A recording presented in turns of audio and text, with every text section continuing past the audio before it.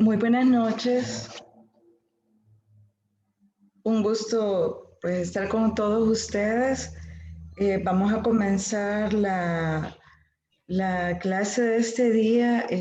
Pues así todavía no nos podemos conocer mucho porque no tienen las cámaras abiertas. Tal vez podemos abrirlas un momentito solo para conocernos y luego vamos a comenzar ya con el desarrollo de la clase virtual de esta tarde.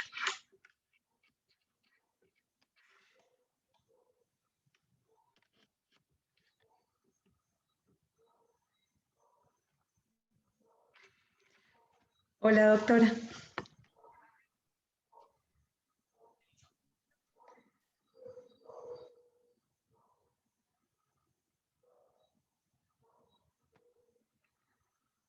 Bueno, probablemente algunas personas no tienen disponibilidad ahorita de tener la cámara abierta, pero pues mi nombre es Anabela Mengíbar Morán, yo soy abogada, soy notaria y he estudiado Derecho Administrativo, mi experiencia también es en esta área, es un gusto compartir con ustedes esta tarde. Hoy vamos a hablar de una materia que incluso para los abogados en este momento es bastante novedosa porque el derecho administrativo no contaba con una ley de procedimientos administrativos. Hasta hace un par de años, hace muy poco, tenemos la primera ley de procedimientos administrativos y ya vamos a ver qué tiene que ver eso con los profesionales de salud, porque ustedes podrían decir, bueno, no teníamos esa ley y los profesionales de salud, ¿qué tenemos que ver con todo este tema?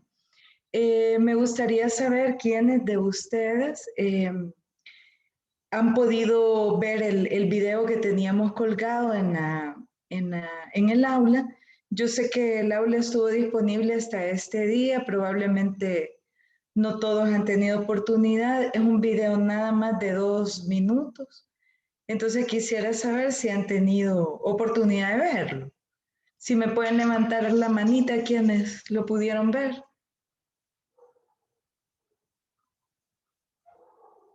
Ah, bueno, sí tenemos varios. Bueno, es un video, a ver, sí, exacto, Leo. Es el video relativo a las diferencias de la monarquía y la república. Entonces, vamos a hablar un poco acerca de historia para comenzar. Ya vamos a compartir una presentación, pero antes de eso sí a mí me gustaría narrarles un poco acerca de cómo es el desarrollo de estas estructuras del control político de un país o de una nación. Inicialmente, desde hace años, pues las monarquías fueron como el método ideal para poder controlar un estado. Entonces surgían con diferentes nombres, por ejemplo, todos nosotros hemos oído acerca de los faraones en Egipto, y en realidad el faraón era como un título, pero la calidad del faraón era ser monarca, era el monarca de ese territorio. También imperios tan conocidos como el babilónico, como el imperio medo-persa que le siguió, estaban estructurados por monarquías. Pero en el imperio medo-persa ya se empezó a desarrollar un poco lo que tiene relación con el derecho administrativo. ¿Y qué es el derecho administrativo? Es el que regula cómo funciona lo que nosotros conocemos ahora como el ejecutivo casi. Tiene que ver con los otros órganos del Estado, pero sobre todo regula el funcionamiento de la parte ejecutiva, cómo tienen que ejercer sus funciones, las jerarquías y las facultades de cada uno de los funcionarios del Estado. Ciro, por ejemplo, tenía un territorio muy grande. Él era un emperador de los medo-persas y él comenzó a encontrarse una dificultad en poder controlar a sus funcionarios. Él tenía, por ejemplo, el equivalente a un ministro de ahora y no lograba saber si realmente estaba ejerciendo, aplicando las indicaciones que él giraba. Entonces, él creó una figura que todavía la utilizamos mucho en nuestra República de El Salvador, que es la del secretariado, que a veces se llama viceministro, otras veces se llama secretario, pero viene siendo una figura equivalente. Esta figura del secretario era una persona que también era nombrada por él, es decir, que jerárquicamente no tenía una dependencia del titular de la cartera, del ministro, digamos, no dependía de él, pero estaba ahí. Y tenía un nivel jerárquico alto y podía incidir en decisiones y estaba al tanto de todo el manejo de la cartera del Estado. Entonces, de alguna manera, lo que había creado Ciro era como un informante, alguien que estuviera verificando que el ministro iba a hacer lo que a él, lo que él había indicado que se hiciera. Esa figura todavía subsiste, como les digo, en las autónomas se ve mucho una presidencia y un secretario, y ambos son nombrados generalmente por el mismo funcionario, que en la mayoría es el presidente de la República. Entonces, no hay realmente una dependencia y el secretario tiene bastantes facultades, no las mismas que un presidente, pero sí está inmerso en todo el manejo y el control de la institución. De la misma manera, los viceministros. Los viceministros no están nombrados por el ministro ni son jerárquicamente dependientes de él, sino que son nombrados por el presidente de la República y asimismo él es quien, por ejemplo, autoriza su salida del país. También él es quien puede removerlo del cargo. Por ejemplo, un ministro no puede remover a un viceministro del cargo. Y todo tiene fundamento en esta figura creada por una necesidad de Ciro.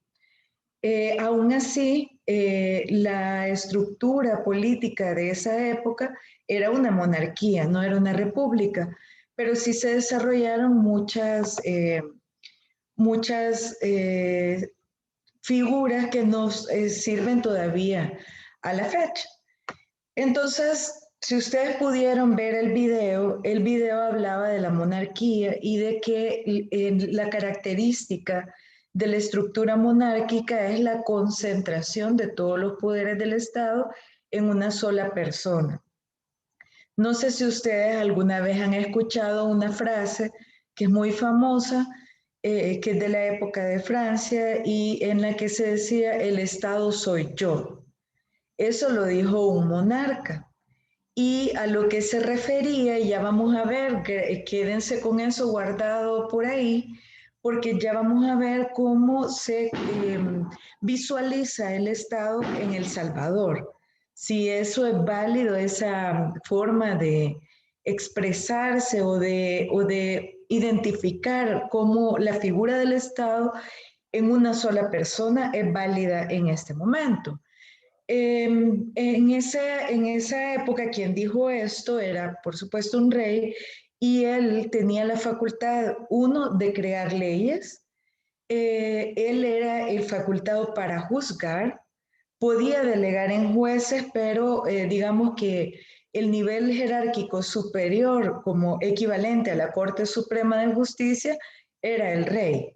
Es decir, que él podía modificar alguna sentencia que hubiera dado un juez, podía modificar, podía dar un indulto, podía agravar la pena de la persona. Él era el órgano judicial también. Y además también administraba todos los bienes del Estado. No los administraba con ningún órgano contralor que lo pudiera auditar, por ejemplo. Es decir, que en una monarquía no aplica la figura de la Corte de Cuentas o de un tribunal de ética, porque no hay nadie que controle al rey. El rey tiene un poder absoluto, irrefutable, y la mayor parte de las veces, para justificar un poder tan extralimitado, se respaldaba en aspectos religiosos. Se fusionaba la religión con el poder político y entonces se decía que el rey había sido puesto por Dios y que por tanto había que acatar lo que él dijera y que la desobediencia a un rey era pecado y por tanto la pérdida del alma. Así que la población se veía ante una situación en la que no solo podía perder la vida, sino también su alma, al rebelarse contra cualquier decisión que el rey tomara. Así que esto logró mantener un control por muchos siglos a través del sistema monárquico. Llega un momento en que, por supuesto, cuando el poder se concentra demasiado en una persona y de esa manera y tan profundamente, porque incluso eh, invade el ámbito de la espiritualidad de la población, entonces se vuelve tan avasallante y permite abusos en ese poder que generaron el cansancio y el descontento de la población. Y es así como en Francia, en París y en otras poblaciones, en Lyon y en otras poblaciones de Francia, comienza a gestarse una revolución y a través de algunos militares que se unieron a este ejercicio, se da en 1789 la Revolución Francesa. Se levantan en armas todos los ciudadanos y había sido tan dura la monarquía en contra de ellos, había creado tanta pobreza, tanta desigualdad y tantas decisiones arbitrarias, incluso llegaron a generarse mitos alrededor, por ejemplo, de la figura de María Antonieta, que era la reina en esa época, que la exageraban algunas características de ella. Ella era una mujer que había nacido en una monarquía también, en Viena, en Austria. Ella era hija de una emperatriz que marcó ese país porque creó una revolución social. Entonces ella venía nació creyendo que tenía el derecho divino de tener todos los privilegios que tenía. Y era una mujer muy dada a las artes, pero despilfarraba mucho dinero, por ejemplo, en fomentar a pintores, artistas, creó jardines en Francia, en París, que todavía se pueden llegar a visitar y todavía son admirables. Construyó algunos de los castillos, fueron diseñados por él. Era realmente una persona con un sentido artístico muy elevado, pero que no equilibraba por ese poder absoluto. Ella no consideraba que tenía que tener límites. Y entonces la vida de ellos dos, del Delfín, que era el esposo de ella, Luis XVI, y ella, se volvió demasiado chocante en un país en el que la pobreza y el hambre estaban incrementándose. Así que esto genera una violencia desmedida de parte de la población contra ellos, contra la Iglesia Católica también. Entran a todas las iglesias, botan las figuras que habían ahí, queman Biblias y también capturan algunas personas de la iglesia y finalmente decapitan a los reyes que estaban dirigiendo en esa época, y a sus hijos, que eran dos niños, una niña y un niño, los entregan a familias que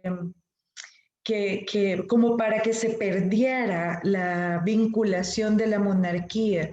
Les cambian nombres y entonces hacen que los adopten familias que no tenían ese vínculo, y entonces se pierde momentáneamente la jerarquía monárquica, que además se vinculaba por sangre.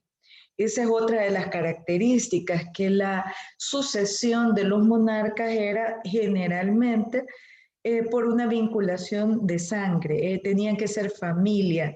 Normalmente el hijo del rey era el llamado a suceder. Entonces, si no había un hijo o un pariente cercano, y tenían sus reglas.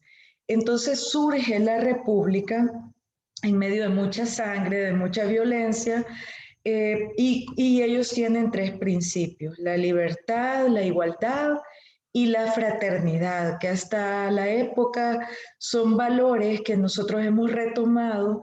Ellos lo pusieron en la Carta de Derechos del Hombre, que por cierto, como unos 10 años después, un grupo de mujeres que habían participado activamente en la Revolución Francesa, ellas crearon la Carta de Derechos de la Mujer, un poco parafraseando la carta de ellos, porque sintieron que no habían sido tomadas en cuenta como iguales.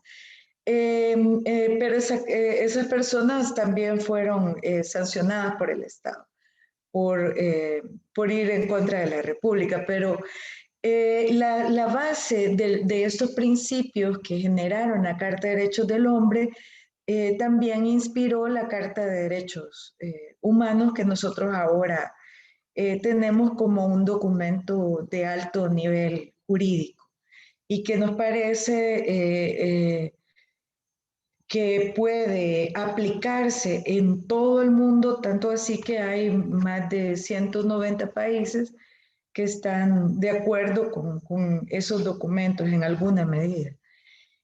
No todos los países del mundo, pero sí la gran mayoría consideran que esos principios todavía son válidos. Y entonces, ¿cómo se estructura una república? ¿Qué es una república? Es básicamente, como ustedes tienen que conocer ese contexto, porque entonces van a comprender por qué se protege tanto la separación de poderes. El fundamento de la república es esa separación de poderes. Es que el ejecutivo, el legislativo y el judicial, esos tres órganos que estructuran el Estado, están separados uno del otro. Ninguno es mayor jerárquicamente que el otro. Tienen facultades determinadas en una constitución, en un documento constitutivo del Estado, y ninguno puede hacer interferencia en las facultades del otro. Básicamente eso es una república. Tres poderes separados que pueden interactuar, que deben además interactuar para un buen funcionamiento del Estado, pero con respeto al nivel jerárquico que es equitativo en los tres. No es mayor, aquí tendemos a decir que el primer órgano del Estado es el legislativo. Eso se dice porque directamente el pueblo ha nombrado a los diputados, han electo a esos diputados. Por eso es que se considera el primer órgano del Estado. Pero no quiere decir, eso solo es una frase, es una costumbre, pero de ninguna manera ese órgano es mayor que el ejecutivo, ni el ejecutivo mayor que el judicial. Todos son iguales. Entonces, de esta manera se evitaba la concentración de poder, que es contraria a los principios republicanos. Y de esa manera también se comenzaba a hacer contraloría del manejo de los fondos del Estado. Los funcionarios además están sujetos a esta contraloría, no son personas que tienen privilegios absolutos, y por supuesto podían ser procesados, judicializados y condenados. Y en esa época la condena preferida era la guillotina. Se volvieron un poco duros en esa etapa de la República, porque Robespierre sobre todo tenía como unos niveles de expectativa muy altos de quién debía ser un funcionario público, que tenía que tener una ética extrema, que tenía que ser honradísimo en lo privado, en lo público. Entonces comienza a haber un problema porque no todo el mundo cumplía esas expectativas en esos niveles. Entonces comienzan a decapitar de las personas que habían luchado por la República, comienzan a decapitar personas. Y como también habían dos alas, los conservadores y los liberales, en el que era equivalente el Congreso, digamos, de Francia. Entonces comienza a haber decapitados de ambos bandos, terminan decapitando a Robespierre al final de todo eso. Pero bueno, ya nosotros, tomando en cuenta que Francia es la cuna del derecho administrativo, tiene mucha influencia en lo que nosotros ahora conocemos como república y como administración del Estado. Entonces, una de las cosas que se mencionaba, además de la separación del poder, de los poderes, era que los funcionarios están sujetos nada más que a la ley. Es decir, ningún funcionario está como empleado de otro funcionario, sino que todos los funcionarios están sujetos a la ley, al cumplimiento de la Constitución y de la ley. Y luego también establecieron jerarquías en las leyes. Entonces, todo eso ha migrado a nuestra propia legislación. Y me gustaría compartir con ustedes la pantalla para que pudiéramos revisar algunas características de nuestro propio Estado, porque de ahí emana el derecho administrativo. Es el funcionamiento, como les decía, básicamente del órgano ejecutivo y de cómo se debe llevar la administración pública. A mí me parece, esta es una eh, conclusión a la que yo he llegado después de estudiar derecho, derechos humanos, derecho constitucional y derecho administrativo, que el mecanismo idóneo para poder garantizar los derechos humanos de las personas es el derecho administrativo, porque los derechos humanos y fundamentales están ahí en los tratados internacionales, que son ley de la República, en nuestra Constitución están los derechos fundamentales, pero el Estado es obligado a garantizárnoslo a todos nosotros. Todos esos derechos el Estado está obligado. Pero ¿cómo lo obligamos? Cuando el Estado no cumple, ¿cómo lo obligamos? ¿Cómo exigimos que el Estado sea eficiente? ¿Cómo exigimos que el Estado nos brinde la información que pedimos? Eso es a través del derecho administrativo. Cuando el Estado no está cumpliendo con esas facultades y obligaciones que la Constitución le da, es a través del derecho administrativo que podemos reclamar como ciudadanos ante un aparato del Estado gigantesco, contra el que un ciudadano individual tiene muy pocos mecanismos de cómo poder enfrentarse y cómo poder exigir sus propios derechos. Voy a hacer un alto aquí por si ustedes tienen una pregunta antes de proyectarles la Constitución para que comparemos con lo que hemos estado platicando. Así que les dejo el espacio, pueden abrir el micrófono quien quiera participar o hacer alguna consulta. Bueno, si no tenemos ninguna, nos vamos a ir a ver, aquí está la Constitución. Vamos a compartir la Constitución para que podamos ver que todo esto que platicamos acerca de Francia, pues, y que fue en 1789, imagínense cuántos años, siglos han pasado ya, y todavía para nosotros sigue siendo aplicable, incluso lo consideramos derecho moderno. pero muchos de estos conceptos ya estaban diseñados desde esa época. Entonces tenemos aquí la Constitución y el primer artículo. Bueno, antes de entrar a la lectura de este artículo, es importante que comprendamos qué es una Constitución. Es un documento que la población de un territorio ha acordado confirmar, aprobar y decir sí, estamos de acuerdo con que nuestro Estado esté diseñado con esta estructura.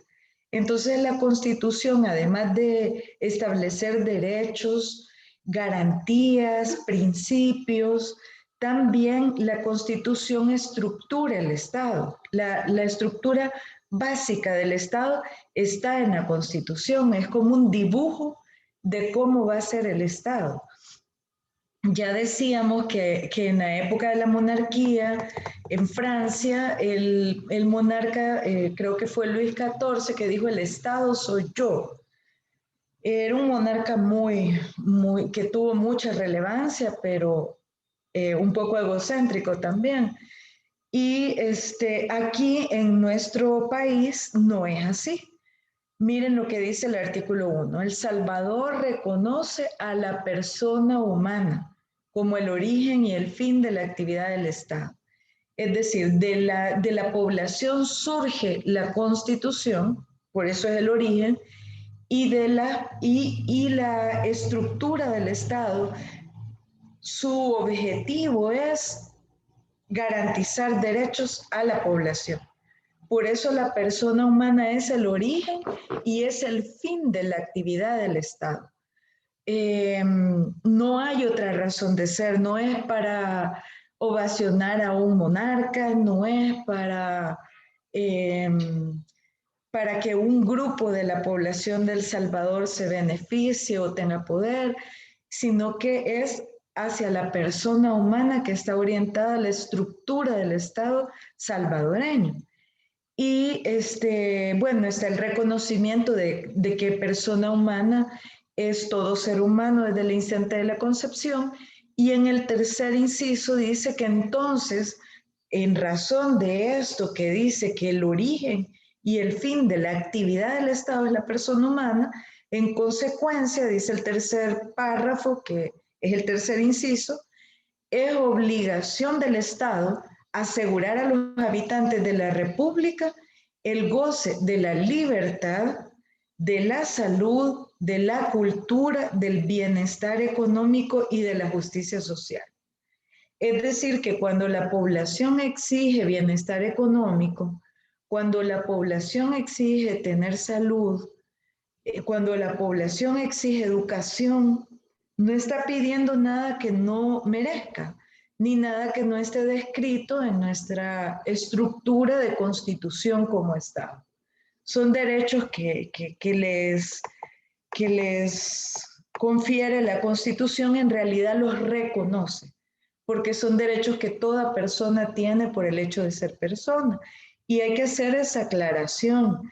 No es solo estos derechos para el ciudadano salvadoreño, es para toda persona humana, aunque no tenga documentos legales en el país. Nuestra Constitución es muy humana, es muy garantista, y si se aplicara al pie de la letra, realmente tenemos una Constitución muy bonita, pero no se aplica tal cual. Luego en el artículo 2 habla de derechos fundamentales y habla de principios que son los principios republicanos. En el artículo 3, la igualdad, y ustedes pueden ver ahí que menciona república. En el artículo 4 dice toda persona es libre en la república, es otro de los principios republicanos, ¿verdad? La libertad, la igualdad y la fraternidad no está descrita expresamente, pero sí es un principio de la Constitución, que es la colaboración, el interés común y otras, el interés superior de la comunidad sobre el individual, son algunas de las expresiones de la fraternidad.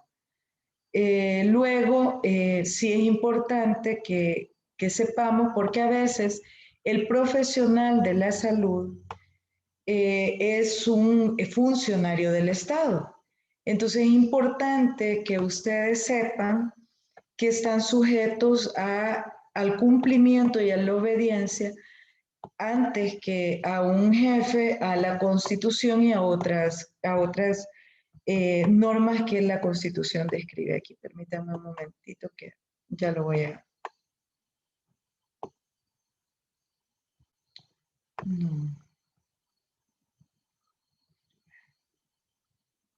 Estamos aquí. Bueno, en primer lugar, hay personas, en el artículo 8 de la Constitución, dice algo que es muy famoso y que la gente lo quiere ocupar cuando están ejerciendo un cargo público y ahí no es aplicable.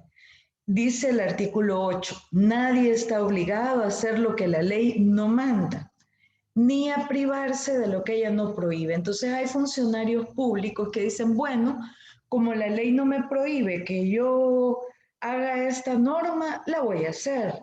Como la ley no me prohíbe que yo, no sé, que tenga estas facultades o que me atribuya otras nuevas facultades, entonces yo las voy a tomar. Por ejemplo, las juntas de vigilancia de las profesiones de la salud tienen una facultad muy específica, que es la regulación del ejercicio de las profesiones de la salud. Pero hubo una época en que el Consejo Superior de Salud Pública no ejercía la facultad que a él le da la ley, y es el control de los establecimientos de salud. Entonces comenzaron algunos funcionarios de las juntas a decir, bueno, como como el Consejo no está ejerciendo sus facultades, nosotros vamos a tomarlas y vamos a comenzar nosotros a ejercerlas porque nadie las está ejerciendo. Eso, y como la ley no me lo prohíbe, entonces lo puedo hacer. Eso solo aplica para el funcionario, para el ciudadano común, para la persona común, pero no aplica de ninguna manera para el funcionario. En el artículo 86, inciso tercero, los incisos son los párrafos. Entonces aquí en el artículo 86, en el párrafo tercero, nos establece la base del principio de legalidad para los funcionarios de gobierno. En primer lugar, categoriza qué es un funcionario de gobierno. Son delegados del pueblo. Entonces son personas, fíjense que el poder, dice en la primera parte del artículo 86, el poder público emana del pueblo. Es decir, que todos nosotros somos los dueños del poder. ¿Cómo lo delegamos? A través de la votación y a veces a través de la elección indirecta. Nosotros elegimos a los diputados y los diputados eligen a otro, pero es un poder ya subdelegado que nosotros le delegamos inicialmente a los diputados y ellos lo subdelegan. Igualmente el presidente de la República, elegimos al presidente y al vicepresidente, pero él comienza a nombrar ministros. Nosotros como pueblo no hemos nombrado a los ministros, pero le dimos al presidente el poder de nombrar a los ministros. Entonces hemos delegado una parte del poder en esa persona para que ejerza facultades delimitadas por la ley. Entonces este poder público llega al funcionario y entonces por eso es un delegado del pueblo, pero el funcionario, aclara el párrafo tercero de este artículo, no tiene más facultades que las que expresamente le da la ley. ¿Qué significa expresamente? Significa que tiene que estar descrito en una ley cuáles son mis facultades. Tiene que estar ahí evidente, que todos puedan tener claro cuáles son las facultades mías. Por ejemplo, un ministro de salud no puede comenzar a tomar decisiones acerca de las materias que se van a dar en bachillerato. Imagínense que él diga, bueno, pero es que yo estoy identificando una falencia en los profesionales de salud que están saliendo porque desde el bachillerato no les dan tal materia. Entonces yo voy a dar un decreto en el que voy a obligar a que se agregue esta materia en bachillerato. Aunque él es un funcionario del Estado que está delegado por el pueblo, que ha sido nombrado y juramentado ante el presidente de la República y que juró obedecer la Constitución y las leyes, no le da a la ley la facultad de ejercer esa función. Entonces, desde el momento que la ley no se lo da, él no lo tiene permitido. Es decir, para el funcionario, la ley funciona al revés de cómo funciona para todos los ciudadanos. Lo que la ley no le dice expresamente que lo puede hacer, lo tiene prohibido. Así que eso hay que tenerlo claro porque es muy frecuente que los empleados públicos y los funcionarios de Estado se adjudiquen esa facultad que es para la ciudadanía en general y no para el ejercicio de una función pública. Además, vamos a ver en el artículo 235 de la Constitución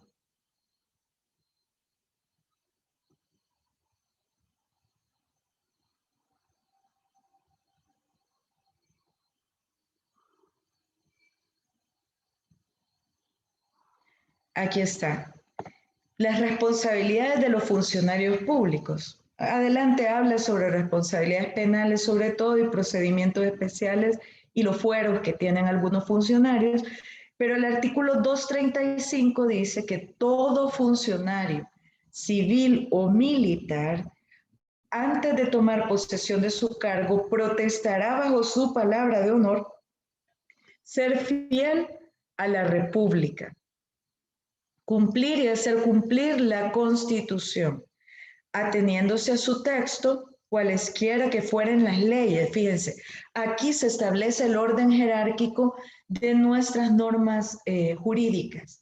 La Constitución está arriba de todas las leyes. Es decir, que si una ley dice algo contrario a lo que está en la Constitución, el funcionario debe atenerse a lo que dice la Constitución. No puede contrariar a la Constitución ni las leyes, ni los decretos, ni las órdenes o resoluciones de funcionarios.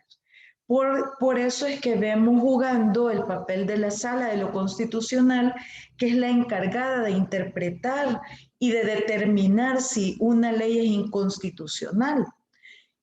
Todos los ciudadanos podemos ir y pedir la inconstitucionalidad de una ley si vemos que una ley que se ha emitido, se ha aprobado, la ratificó, la sancionó el presidente, se ha publicado, pero nosotros consideramos que es inconstitucional, podemos ir a pedir la inconstitucionalidad ante la Sala de lo Constitucional. Entonces, el funcionario protesta cumplir la Constitución sobre cualquier otra norma del país y dice incluso contra órdenes que la contraríen, prometiendo además el exacto cumplimiento de los deberes que el cargo le imponga. Y dice exacto, el funcionario no tiene que dejar de cumplir aquello a lo que está obligado, ni cumplir más de lo que le corresponde, por cuya infracción será responsable conforme a las leyes. Se puede indemnizar, se puede solicitar una indemnización contra el funcionario que sobrepasa las facultades que le corresponden. Ahora vamos a revisar ya la última parte de lo que tiene que ver con la Constitución. A ver, aquí se me ha perdido un poquito. Aquí está. Es importante ver este artículo, el 246, inciso segundo, dice que la Constitución prevalecerá sobre todas las leyes y reglamentos. El interés público, es decir, el interés global, tiene primacía sobre el interés privado. Esa es la base por la cual nos pueden expropiar un inmueble cuando van a construir una calle que va a ser de beneficio para toda la población, por ejemplo, o la base para que nos puedan vacunar obligatoriamente en algún momento, si eso fuera para bien de toda la población. Y además tiene el artículo 67 que respalda una actuación del Estado en ese sentido. Además, hay unas cláusulas pétreas que están en el artículo 248. Y con esto vamos a cerrar la Constitución. Dice, la reforma de esta Constitución podrá acordarse por la Asamblea Legislativa con el voto de la mitad más uno de los diputados. Es decir, con la mitad más uno se acuerda comenzar a construir una reforma. Para que tal reforma pueda decretarse, debe ser ratificada por la siguiente Asamblea Legislativa. Es decir, la aprueban, ya cuando tienen construida la reforma, la aprueban la mitad más uno, y además la tiene que ratificar. Roberto Carlos me ayuda con su micrófono. Además la tiene que ratificar la siguiente Asamblea Legislativa con el voto de 2/3 de los diputados electos. Y fíjense, es bien importante que vean cómo se ha querido proteger en este documento constitutivo, en el artículo 248, en el inciso cuarto, el sistema republicano, porque dice, no podrá reformarse en ningún caso, que es lo que los abogados llamamos cláusulas pétreas, los artículos de esta Constitución que se refieren a la forma y sistema de gobierno.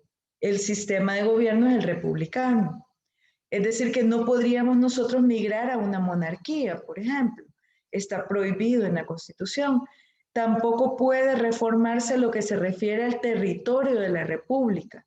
Y tampoco puede reformarse la alternabilidad en el ejercicio de la presidencia de la República. Esos son los 3 baluartes de la Constitución que se prohíben en ella misma, en este documento, que se puedan reformar. Entonces, a mí sí me gustaría que participemos un poco en este momento.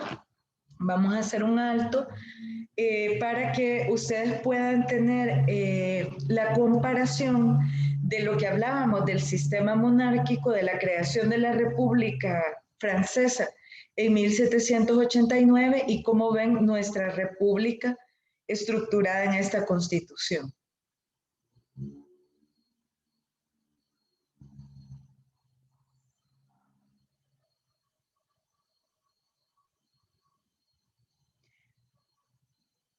A ver, comenta por aquí Leo, la definición del artículo 86, inciso tercero, ¿es aplicable a un empleado público? Por supuesto, sí. A toda persona que trabaja para el Estado es aplicable. Vaya, y fíjense cómo se va derivando el poder. El presidente obtiene el control del poder ejecutivo. Esa es la facultad que se le otorga a él. El que nosotros llamamos presidente de la República, porque hay presidente de cada órgano de Estado. Entonces él deriva una porción de ese poder que se le ha dado a cada ministro. Al ministro de Educación para que se encargue de estas facultades, al ministro de Salud para esto, al ministro de Defensa para el otro, pero dentro de cada ministerio o de cada secretaría o de cada institución autónoma, también comienza a haber una derivación de poderes. Por ejemplo, el Ministerio de Salud, el ministro tiene una facultad, el viceministro tiene otra. En ese caso tienen 2 viceministros. Cada viceministro se encarga de ciertas facultades específicas y ninguno tiene que interponerse en el trabajo del otro. Luego, cada viceministro nombra directores nacionales de algunas áreas, jefes, y a cada uno de ellos tiene en un manual de descripción de puestos, que es una descripción de este poder público y de cómo se limita. En el manual de descripción de puestos está cuáles son sus funciones y cuáles son sus facultades de acuerdo al cargo que cada uno desempeña. Ese manual tiene descrito cada uno de los cargos que están en esa cartera de Estado. Y entonces no puede, por ejemplo, el director nacional de hospitales, que su facultad es sobre un grupo de los hospitales nacionales, que son los de segundo nivel, no puede ir a girar instrucciones a las regiones de salud, porque esa parte es competencia de la dirección de primer nivel de atención, que se encarga de los directores regionales, se encarga de las unidades de salud comunitarias y se encarga de los ECOS también. Entonces, ese tipo de establecimientos le corresponden a este director. Si este director sobrepone sus facultades y atropella las facultades del otro, este puede quejarse. Y si con esas direcciones que le ha dado incumple la ley, viola la ley, este funcionario que ha tomado atribuciones que no le corresponden puede verse en la dificultad de tener que pagar una indemnización por daños y perjuicios, porque ha tomado facultades que no le competen. Así que es bien importante tener ese concepto claro. El otro ejemplo que les daba de la Junta de Vigilancia con el Consejo, incluso todavía a la fecha, yo trabajo en la parte privada alguna vez con establecimientos de salud de carácter privado y ellos todavía tienen en su mente que la Junta es la que los regula. Y no es así. La Junta regula el ejercicio profesional, pero la regulación del establecimiento de salud es una facultad totalmente distinta. Son dos facultades distintas y órganos de la administración diferentes, porque la Junta de Vigilancia es un órgano de la administración y el Consejo Directivo del Consejo Superior de Salud Pública es otro órgano y tiene la facultad de regular todo establecimiento que preste servicios de salud. Por ahí había un choque en una época en que se decía que no tenía por qué regularse clínicas, consultorios que fueran pequeños, pero en realidad cuando revisamos la ley, no es eso lo que dice la ley. El No Código se de le Salud. escucha. Sí, sí, Mateo. No se le escucha, se queda congelada la Es, imagen. No sé si será mi ah, internet o el suyo. Yo creo que ha de tener un problema con el internet, porque aquí sí, no sé si alguien más tiene esa dificultad, si se oye bien o se oye Se le cortado. escucha bien, se le escucha bien. Ha de ser algún problema en el internet local suyo. Gracias. Bueno, de todas maneras, si tuvieran alguna dificultad, esta clase va a quedar grabada para que ustedes puedan revisarla posteriormente si alguna parte no la han podido escuchar bien. Bueno, entonces con la facultad de los funcionarios, ¿qué pasa? Es sancionable tanto que se extralimiten las facultades que se le ha delegado, como también es sancionable el no cumplir con las facultades que tiene. Entonces, cuando se entra a trabajar en el Estado, pues hay que tener muy claro cuáles son los límites y cuáles son los alcances de las funciones que vamos a ejercer para no equivocarnos. Por ejemplo, yo estoy desde el último mes solicitando a 3 instituciones diferentes los expedientes clínicos de pacientes y en uno de ellos me lo entregaron porque la persona encargada de esa gestión es alguien que ya se ha formado en estos temas y sabía que es un derecho del paciente el acceder a su información de salud y que en realidad la propiedad del expediente clínico es del paciente. Está en resguardo del Estado, pero es del paciente, entonces no se le puede negar. No se puede declarar información confidencial, no se le puede negar. Pero en otros 2 establecimientos estoy teniendo mucha dificultad esas dificultades se soslayan a través del derecho administrativo. Y entonces es cuando necesitamos conocer los principios del derecho administrativo. Hoy vamos a conocer una parte porque probablemente no nos dé el tiempo, y el jueves vamos a terminar de desarrollar otros principios y vamos a ver un poco de la responsabilidad del funcionario, de qué carácter es y quién paga esa indemnización y de qué manera se resuelve cuando no cumplimos con lo que la Ley de Procedimientos Administrativos dicta. ¿Tienen ustedes alguna consulta hasta ese momento?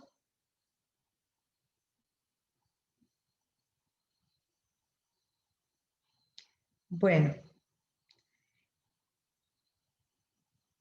Bueno, vamos a continuar. Vamos a proyectar una presentación que se refiere a los principios del derecho administrativo.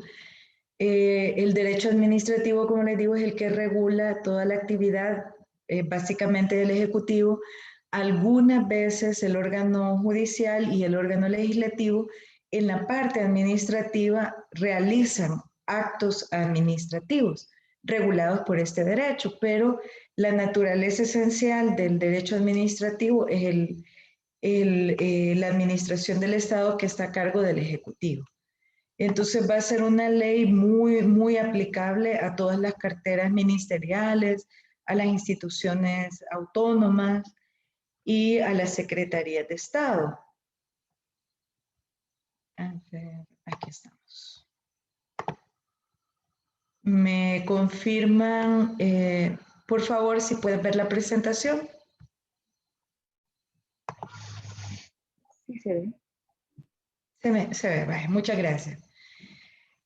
Bueno, ya aparte de esto lo hemos conversado, lo vamos a dejar un poco atrás. Solo voy a retomar un artículo que es el 144 de la Constitución, que es otro error que se comete mucho en administración pública, y es que se considera que los tratados internacionales y los convenios ratificados por el Estado son leyes de otro país. En realidad, el artículo 144 de la Constitución dice que los tratados son leyes de la República y que al chocar contra una ley secundaria, el que prevalece es el tratado. O sea que son unas leyes con un nivel jerárquico muy alto. Lo único que tiene sobre el tratado en nuestra legislación es la Constitución. En otros países sudamericanos, el tratado está incluso arriba de la Constitución, pero en nuestra legislación no funciona así. El tratado está después de la Constitución, pero arriba de la ley secundaria. Es decir, que si hemos ratificado un tratado y el Código de Salud lo contradice, o el Código de Ética Gubernamental lo contradice, o la LEPINA lo contradice, el que tiene que prevalecer en el análisis que hagamos es el tratado internacional. Así que hay que conocer los tratados internacionales que tienen que ver con la materia que nosotros desarrollamos en nuestro día a día, profesionalmente. Luego están las leyes secundarias, los reglamentos, y los reglamentos están sujetos a la ley. El reglamento no puede inventarse facultades, esa es otra característica, que cuando el artículo 86 dice que el funcionario está sujeto a las facultades que la ley le da, se refiere a la ley. No le pueden ustedes dar facultades nuevas a un funcionario. Ay, como el presidente, como la Asamblea Legislativa no me dio facultades para esto, yo me las voy a inventar en un reglamento. Eso es ilegal. Ese reglamento puede ser declarado inconstitucional. El reglamento solo está diseñado para desarrollar las facultades que la ley ya tiene. La ley da facultades generales y el reglamento las desglosa como en más detalle, pero no se puede salir del marco de la ley. Luego, igualmente, los lineamientos son todavía de menor nivel jerárquico y los memorándums circulares todavía son de menor nivel jerárquico. Así que vamos hay que comprender esa jerarquía de las leyes para no cometer el error de sobreponer, por ejemplo, un lineamiento a una ley. Es que el lineamiento me lo dio mi jefe, sí, pero la ley dice otra cosa, entonces hay que mandar una nota contestando que está en contradicción con el artículo tal de la ley o con la Constitución. Además, tenemos el marco, a ver, esto me está... El marco legal del ejercicio de la función pública. Ya hablamos acerca de esto, ¿verdad? Esto ya no lo vamos a tocar porque nosotros ya lo mencionamos. En donde se ejerce mayormente la función administrativa, también en los gobiernos municipales, no lo había yo mencionado, pero también en los gobiernos municipales se aplica mucho esta ley. ¿Cuál es la justificación para crear la ley de procedimientos administrativos? Bueno, yo no sé si alguna vez ustedes han tenido que ir a una institución donde los mandan a otra y de allá los mandan a otra y están rebotándolos de un lado a otro. Entonces, una de las razones es uniformar los procedimientos de la administración pública. Uno de los beneficios que ya esta ley dio de entrada a los ciudadanos fue que no se cierra al mediodía la atención a los ciudadanos en las instituciones públicas. Y lo que han hecho es modificar un poco los horarios de almuerzo para que haya siempre una persona a esa hora que pueda atender los requerimientos de las personas, de los usuarios. Entonces, además de uniformar los procedimientos, también es volver más accesibles los servicios del Estado para las personas. Es decir, que los empleados públicos y los funcionarios públicos deberían transformar la mentalidad de yo estoy aquí y soy importante y el que tiene que ajustarse a mí es el usuario, a una mentalidad de yo soy un servidor público y estoy para solucionar los problemas de las personas que vienen a pedir mis servicios. Entonces, el siguiente es desarrollar los principios que deben regir su autoridad y resolver la mora judicial que tenía la Sala de lo Contencioso Administrativo. Antes de esta ley, antes de la existencia de esta ley, cuando usted quería hacer un reclamo por una dilación del Estado, por un problema ante la administración pública como ciudadano, la resolución de ese problema se tardaba de 4 a 5 años, mínimo. Entonces, de esa mora judicial es de la que se habla aquí, y solo podía resolver la Sala de lo Contencioso Administrativo. Ahora ya tenemos juzgados y además tenemos cámaras. Entonces, ellos resuelven el grueso de los problemas, se resuelve de manera mucho más rápida, diligente, y a la sala le compete revisar los casos de mayor complejidad.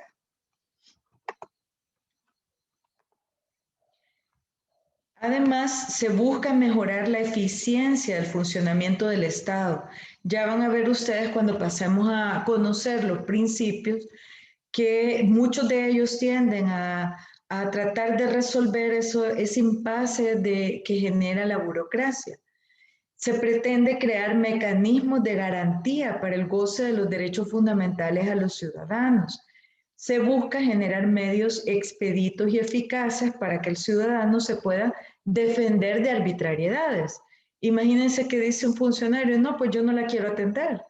Yo le estoy pidiendo audiencia y no me quiere atender. Y dice, no, porque es que yo soy el director del hospital y no me da la gana atenderlo porque yo soy aquí el funcionario de mayor jerarquía en ese establecimiento. Pues esa es una decisión arbitraria. En realidad es un servidor público que debería tener un espacio para poder atender las necesidades de las personas que llegan a solicitarle una audiencia. Además, crear una estructura judicial que pueda dar una pronta respuesta a las demandas. Todas esas eran las razones por las que se ha creado la LPA, que es la Ley de Procedimientos Administrativos. El ámbito de aplicación se le aplica, como decíamos, al órgano ejecutivo y sus dependencias, a las entidades autónomas, a las municipalidades, a los concesionarios. Si alguien recibe dinero como concesionario o bienes del Estado como concesionario para administrarlos, esa persona está sujeta a la Ley de Procedimientos Administrativos. Y bueno, vamos a nada más a puntualizar los principios de la administración pública. Estos están descritos en el artículo 3 de la Ley de Procedimientos Administrativos y son el principio de legalidad, que básicamente es que el funcionario debe ajustarse a la ley. No puede salirse de ella, no puede resolver en contra de la ley y no puede extralimitarse en sus facultades. El segundo, el de proporcionalidad, es decir, que se impongan sanciones que tengan que ver con la pena, con la acción cometida cuando hay un procedimiento sancionatorio. Por ejemplo, pasaba que tal vez un profesional de la salud había cometido una mala praxis que había causado la muerte de una persona y la sanción era de 1 mes. Teniendo el rango de 1 mes a 5 años, lo sancionaban con 1 mes. Pero luego 2 personas se peleaban, 2 profesionales de salud se peleaban en un establecimiento y a esto se les sancionaba con 1 año de suspensión en el ejercicio de la profesión. Ahí no hay proporcionalidad, porque la afectación, el daño causado es muy diferente y no tiene comparación uno con el otro. Luego, un principio muy importante que ustedes traten de tomarlo en cuenta si trabajan en la parte pública es el antiformalismo. Ahora, si ustedes tenían un montón de requisitos que alguien se los inventó, pero que realmente no tienen una razón de existencia, hay que verificar si esos requisitos todavía son válidos. Por ejemplo, en algunas juntas de vigilancia, para recibirle los documentos para ser autorizado como profesional, le pedían que llevara un folder verde. Era una medida que le facilitaba a ellos la identificación de los procesos por el folder verde, pero no podía, el que alguien llevara un folder beige, no podía ser un fundamento para denegarle la recepción del trámite. Ese es el antiformalismo, porque las formas que no van a la esencia del trámite. ¿Cuál era la esencia del trámite? Que es una persona que ya se graduó, que ya cumplió con su año social, que lleva todos los atestados y que lleva los documentos que comprueban todo esto. Esa es la parte esencial. El folder verde es una parte formal, de forma nada más, que no toca el fundamento del trámite. Así que no se puede denegar un proceso solo por eso. O mire, fíjese que aquí los formularios se llenan con lapicero azul y la persona lo lleva lleno con lapicero negro.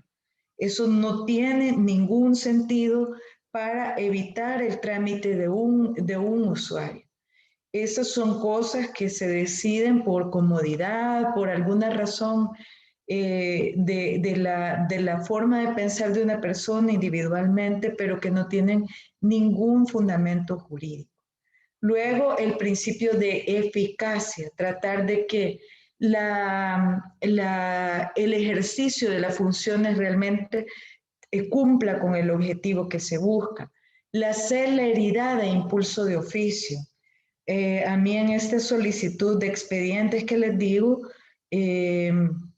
tuve yo que hacer un segundo escrito pidiendo las razones por las que no me entregaban el expediente y entonces me pidieron unos documentos extra a pesar de que ya se les había dado certificaciones de documentos donde se probaba lo que ellos querían, pidieron más documentos, se les entregó y aún así no responden. Ya pasaron 10 días y no responden. Ellos están violando el principio de celeridad e impulso de oficio que la ley, que la administración pública está obligada a aplicar en todos sus procedimientos. Y en algún momento se puede exigir esto ante los juzgados. Y la persona que ha generado esta dilación tendría que pagar los costos de todo el traslado que se ha tenido que hacer para poder llevar a término el trámite que se está solicitando. La economía, es decir, que si usted le puede ahorrar a alguien trámites y puede consolidar todo, hay que tratar de tener una mentalidad pro usuario. Esa es la nueva visión de la administración pública a través de esta ley. Además, debe haber coherencia. Si le estoy solicitando algo, usted me responde otra cosa totalmente diferente, entonces no hay coherencia. La resolución denegando algo tiene que ser coherente, tiene que decir algo. Y además, cada vez que ustedes tengan que denegar o que aceptar algo, yo los invito a que hagan todo un análisis escrito y a que sustenten en un documento las razones que los llevan a tomar la decisión, porque si no, la decisión es nula. Si ustedes, por ejemplo, administran una unidad de salud o una clínica odontológica del Estado y hay una resolución que se debe tomar, les piden analizar algo o ser peritos en algo, ustedes tienen que sustentar cada cosa que dicen, tienen que motivarla, tienen que escribir suficientemente como para que les pueda comprender alguien que no es profesional de salud. El otro principio de la administración pública es la verdad material.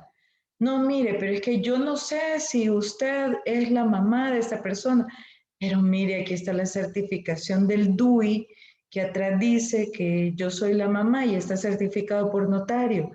Sí, pero en el artículo del no sé qué, del Código de Familia, dice que solo se puede probar la filiación a través de la partida de nacimiento. Es una incongruencia esa, porque hay un documento que le están mostrando, le están explicando que ahí dice eso, ese documento está basado en la partida de nacimiento, no tendría por qué denegarlo. Además, la verdad material es, por ejemplo, usted dice, bueno, yo tengo que pasarlo a cirugía a usted porque le vamos a cortar una pierna, porque usted tiene ahí ya una infección terrible y la pierna dice aquí el expediente que está morada. Y yo le digo, mire, pero yo no tengo nada en la pierna, ahí se han equivocado en el expediente. No, pero aquí el expediente dice que la pierna está morada. ¿Cuál es la verdad material? La que usted puede constatar en la realidad, a través de sus sentidos. Mira la pierna y no está morada. Entonces, ¿cuál es el error? ¿El error es el de su pierna o el del expediente? Es el del expediente. Entonces, esa es otra cosa, porque a veces hay personas como muy cerradas en la administración pública que aunque les sea evidente que la verdad material es otra, se estancan en algún documento o en alguna cosa que contradice la verdad material. Ahora ya la ley de procedimientos administrativos obliga a que nos basemos en la verdad material y luego en la buena fe. Es decir, que tenemos que, no podemos poner, bueno, voy a poner el requisito extra por si me está mintiendo, por si es mentira lo que dice, eso ya no se puede.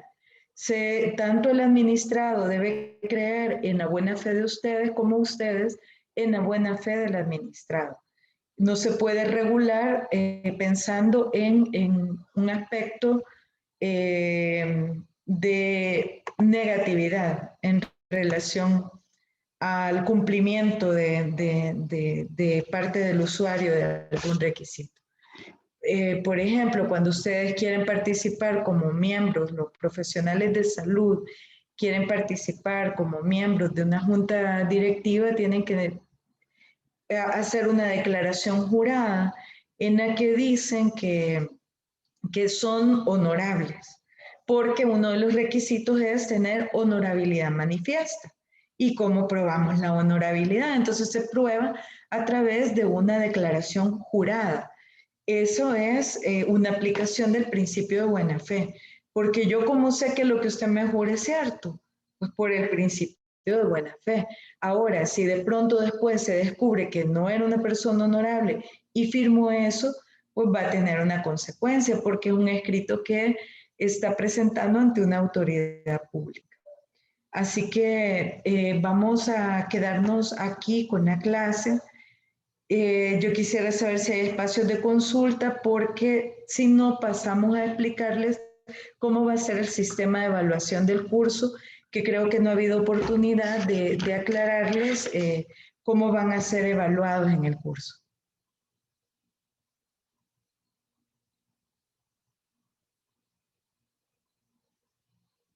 ¿Alguno de ustedes ya tenía conocimiento de cuál es el sistema de evaluación?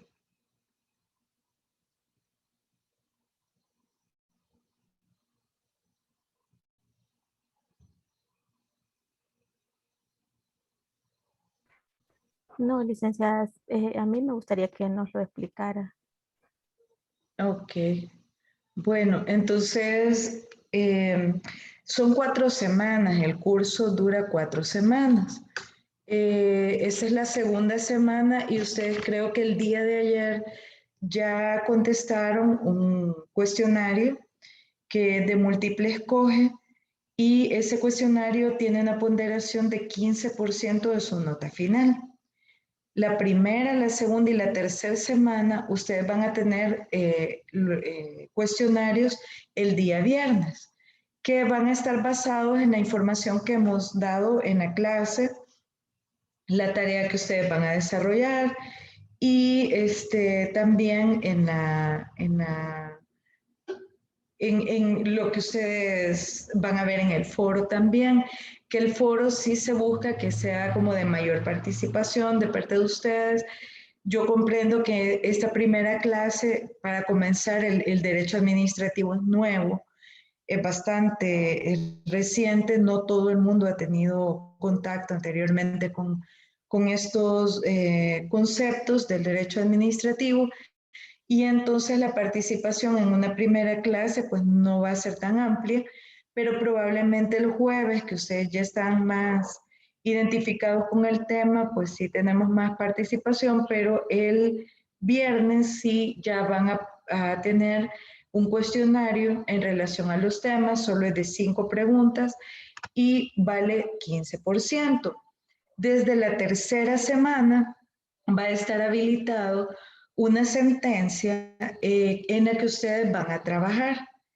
En esa sentencia van a identificar algunos parámetros que se les están pidiendo, son 4 parámetros.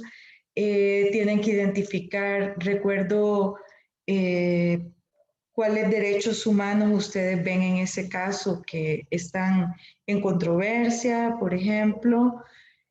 También identificar qué principios del derecho administrativo ustedes ven ahí que se están aplicando. Entonces es bueno que ustedes en esta semana que estamos hablando de los principios puedan preguntar el jueves, que pregunten todo lo que quieran acerca de los principios, porque lo van a tener que aplicar en el análisis de esa sentencia. Y hay otros 2 parámetros que se los vamos a dejar descritos a partir de la otra semana. A partir del sábado de la otra semana ya van a estar a disposición de ustedes para que los puedan leer y puedan comenzar a trabajar desde la tercera semana en el análisis de la sentencia. La tercera semana todavía va a tener cuestionario, pero en la cuarta ya no les vamos a dejar cuestionario para que ustedes se concentren en la respuesta, en el análisis de la sentencia. Es decir, van a tener 2 semanas para trabajar en ella y va a tener un porcentaje de 55% de su nota final. Hay que desarrollarlo por escrito y deben subirlo en el espacio que se va a habilitar para eso en la cuarta semana. No lo vayan a subir en la tercera, sino que la tarea ya final se sube en la cuarta semana y se va a subir en formato PDF. Así que no es una tarea complicada, pero sí requiere la lectura completa de esa sentencia y la aplicación de los conceptos que han venido ustedes encontrando desde la semana pasada con el licenciado Douglas Cruz, el maestro Douglas Cruz. Con él hablaron acerca de derechos humanos, entiendo yo. Entonces ya ustedes podrían en la tercera semana comenzar a identificar la primera parte. Y como vamos a haber terminado ya los principios del derecho administrativo, entonces ya esos 2 puntos podrían empezar a trabajarlos. La siguiente semana para que no a última hora les toque estar revisando todo, porque el trabajo sea es un poquito largo el documento que resulta de eso, porque hay que hacer un cuadrito comparativo. Entonces es mejor no dejarlo para los últimos días. Por eso se los habilitamos desde la tercera semana. Vamos a terminar el tema aquí porque no quisiera comenzar algunos principios hoy y dejarlos a la mitad. Sí les voy a pedir que den una leída de la sentencia que tenemos colgada en las lecturas para esta semana, porque vamos a analizarla el día jueves.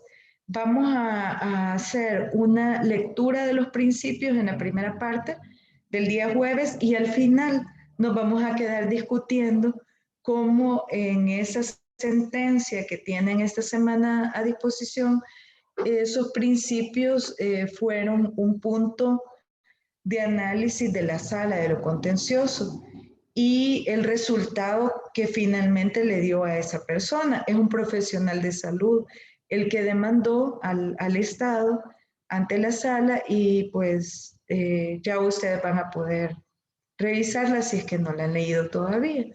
Y entonces con ese trabajo nos quedaríamos pendientes. Quienes no hubieran podido ver el video, un video bien corto de menos de 3 minutos, los invito a que lo vean porque complementa todo lo que hemos platicado este día. Y pues quedo todavía a la orden si hay alguna pregunta, algún comentario. Todavía tenemos un par de minutos para que pudiéramos resolver alguna duda.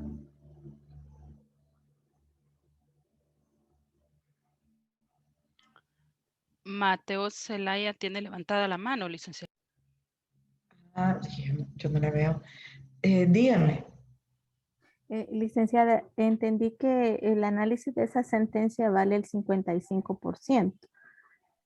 Sí, No sé me si comprendí refiero, mal. sí, así Y es, pero el me refiero no a la sentencia que tienen colgada en la página de no, esta no, semana. es como al final entiendo del curso. Sí, así es. Y el otro 15% son los 3 cuestionarios que vamos a contestar. Me Así salen es. 70%. Y el otro 30%, ¿cómo lo ganamos? No, es 15% por cuestionario. Probablemente sí Ah, me faltó decir eso, sí. Cada cuestionario vale 15% y van a tener 3. ah, Entonces ahí hacen 45% en los cuestionarios. listo, ya le comprendí, gracias. Ujú. ¿Alguna otra consulta que tengan acerca del sistema de evaluación? Si en algún momento ustedes tienen una dificultad para asistir a las clases sincrónicas o para estar en el foro sincrónico, la ingeniera de Peñate ya nos colabora con subir esta grabación que se ha realizado de la clase y queda colgada en la semana correspondiente. Así que ustedes, incluso si después, ya cuando están aplicando en la sentencia el trabajo que se les solicita, ustedes tienen alguna duda, eso les facilita que puedan volver a la clase, escuchar alguna cosa que tal vez no les quedó tan clara, volverla a oír. Y de todas maneras recuerden que estamos disponibles durante la semana, ustedes nos pueden escribir para poder consultarnos alguna necesidad que tengan, alguna duda y alguna dificultad que tengan en asistencia a las clases, pero mayormente la falta de asistencia se puede suplir con que ustedes puedan ver en otro momento en que les en que ya puedan tener disponibilidad de tiempo la clase que se ha desarrollado en el día sábado o el foro del día jueves.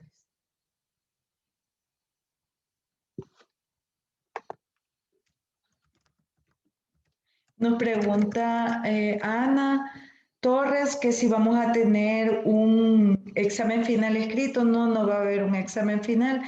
Creemos más en la aplicación práctica de los conceptos con el licenciado Douglas Cruz. Creemos que es una manera más efectiva de aprender cuando nosotros ya estamos teniendo que resolver un problema práctico y aplicar las cosas, los conceptos que nos han quedado de manera teórica. Entonces vamos a dejarlo en el análisis de la sentencia. Esa es la evaluación más grande que ustedes tienen. Preguntan también si el trabajo de la sentencia es individual. Así es. Ese trabajo es individual. Cada uno de ustedes va a tener que presentar uno de esos. En algún momento vamos a buscar un mecanismo colaborativo, pero a veces se dificulta también coincidir en los tiempos y por eso lo hemos dejado en este curso de manera individual. Cualquier sugerencia que ustedes tengan en relación al desarrollo del curso se las agradeceríamos mucho. La retroalimentación siempre pues nos ayuda a mejorar y espero haberles haber contribuido al conocimiento de ustedes en relación a los temas de la República y los conceptos básicos de derecho administrativo. Y pues los veo el día jueves. El día jueves es a las 8 de la noche. Nos vemos ese día y pues que tengan una muy buena semana y que descansen todavía. Queda el domingo. Ha sido un gusto compartir con ustedes. Buenas noches. Buenas noches. Muchas gracias.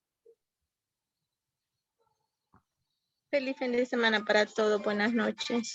Gracias igualmente.